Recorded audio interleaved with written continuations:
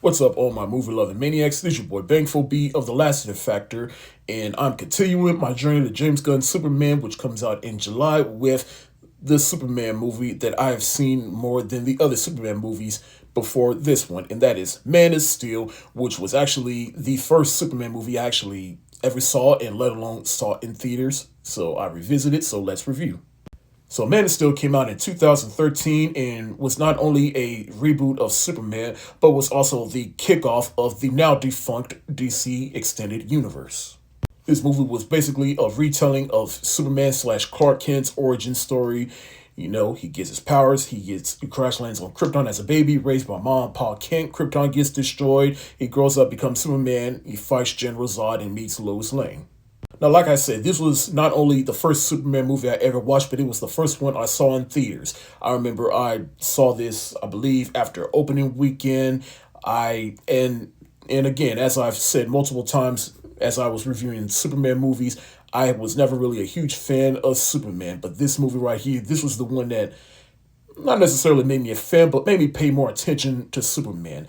And I think that's all in the execution of Zack Snyder. I actually like what Zack Snyder did with this movie. And granted, maybe he wasn't the right choice to direct a Superman movie. Maybe he wasn't the right choice to bring this universe to life. But at the same time, he brought his own unique voice and vision to Superman, and that much I can appreciate because, again, I never saw the Christopher Reeve movies before this movie, so watching them here, it's like, okay, this is different. This is actually bringing me into the lore of Superman.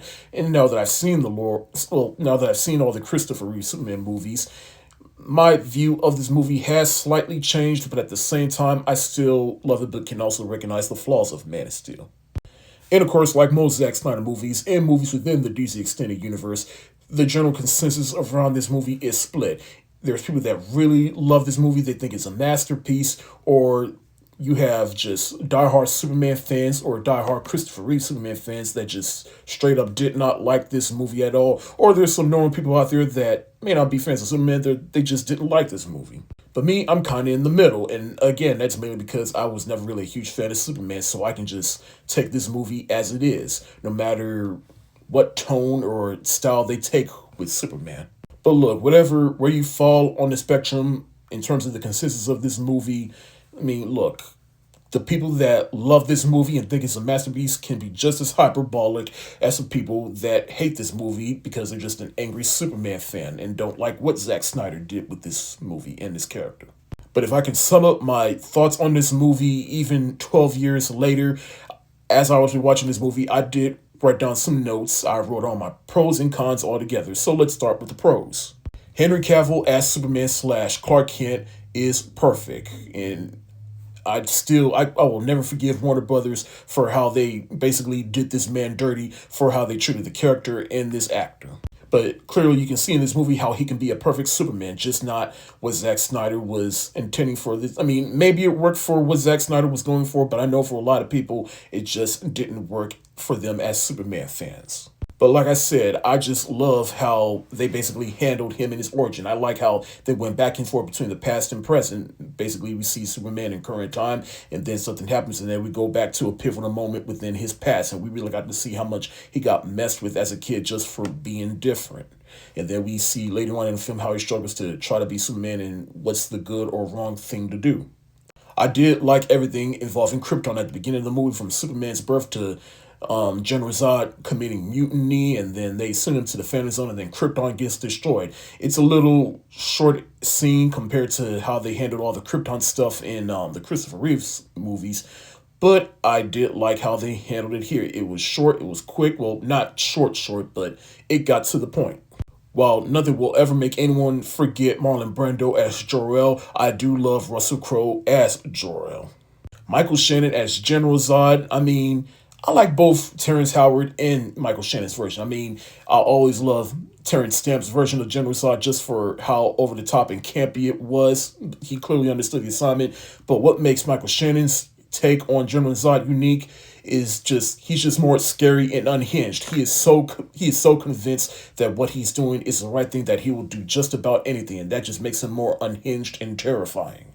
Kevin Costner, I thought, was excellent as Jonathan Kent, as well as Diane Lane as Martha Kent. Save Martha! Jesus.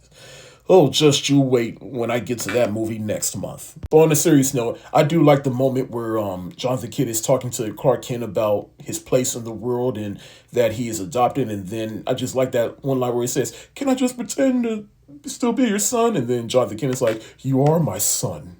I love the small details about this movie, particularly how in the beginning he uses heat vision and he's still trying to get the hang of it, and when it closes out, he starts shaking like, "Whew, that's hot."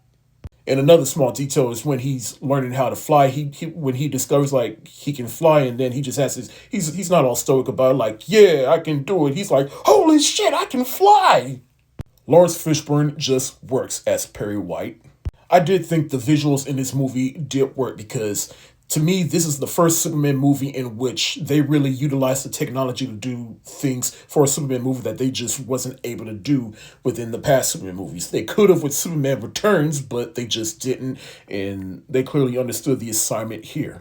One of my other favorite lines in this movie is when Superman, he's about to kill that machine in which there will be no more chances for Krypton to exist anymore, and then Jonas like he's trying to stop him, and then Superman says, "Krypton had his chance." Like, I just always like that line because that's basically him saying like, "Nah, you trifling motherfuckers don't get to come here and take over someone else's planet all because you couldn't get your shit together on your own." Another favorite line of mine: "I grew up in Kansas, General. I'm about as American as it gets. Superman does exist, and he is American." Watchmen reference. And as far as the hate for this movie, I mean, one thing I will never understand is how people got upset that Superman killed General Zod when he was about to kill that family with the heat vision and he just snaps his neck. I mean, yeah, Superman could have found a way to safely do both, but still, like, General Zod, he clearly was not about to stop. He was about to kill that family. What was he gonna do? You saved more lives than killed one. As for things that I'm kind of on the fence about, or at least in the middle about, is Amy Adams as Lois Lane. Don't get me wrong, I love me some Amy Adams, and I thought she did a great job here. But after seeing Margaret Kettle's version of Lois Lane in the Christopher Reeve movies, I kind of prefer her version more than Amy Adams. But still, Amy Adams did an excellent job. As for the cons I have towards this movie, I mean, I did feel like Michael Shannon did overcook it sometimes within his acting. Like at the beginning, before he's about to get sent to the Phantom Zone, and he just says multiple times, "I will find him, Laura. I will find him." All right, we heard you the first time. "I will find him." I'm like, dude, chill. We heard you the first time. As for Jonathan Kidd's death in this movie, in which he sacrificed himself just to tell Clark, like, "No, the world is not ready to see what you can do yet. The world's just not ready." And I'm like, I mean, I get the intent of this scene, but at the same time, as someone that's not even a huge fan of Superman, I prefer the death in which Jonathan Kent dies of a heart attack because it just shows, and it was a lesson for Superman that of all the cool things that Superman can do, he can't stop everything. He can't save everyone. And lastly, of my cons towards this movie, I mean, I did like I do like that we see a lot more Superman action within this movie, but at the same time, I feel like all the destruction, it kind of got too much at a time. Now, granted, yes, you're watching two alien gods fight each other, but at the same time, it's like, it would have been nice to have a break in between. Like, you're going for another over-the-top destruction scene to another one after that and another one after that. I'm like, dude, let me have a breather. And that's really, I guess, the biggest thing I have towards this movie. I really did enjoy the first half of this movie more than the second half. I mean, don't get me wrong, I enjoyed watching the second half, but I just feel like the first half was just more stronger, if that makes sense. In the end, how you feel about Man of Steel will all be up to your personal preference in terms of what you want to see in a Superman movie. But as someone that's not the hugest fan of Superman movie, I do love and appreciate this movie for what it was going for. And it may not be the best Superman movie, but it was perfect for me. And even after watching all the previous Superman movies before this one for the first time, my opinion of this movie hasn't necessarily changed, but it's changed slightly because I remember when I rewatched this movie for its 10th anniversary leading up to The Flash, which came out in 2023, I think I gave this movie the thumbs up emoji, but it has now gone back up to a hard eyes emoji. So yeah, that's right, I'm giving Man of Steel the hard eyes emoji. Thank y'all so much for watching. Have you seen Man of Steel? I mean, you probably have, but if so, let me know what you think in the comment section below. And tell me, how do you feel about this movie amongst all the other Superman movies? This is your boy, Bankful B of the Lassiter Factor. Stay safe, wash your hands, peace.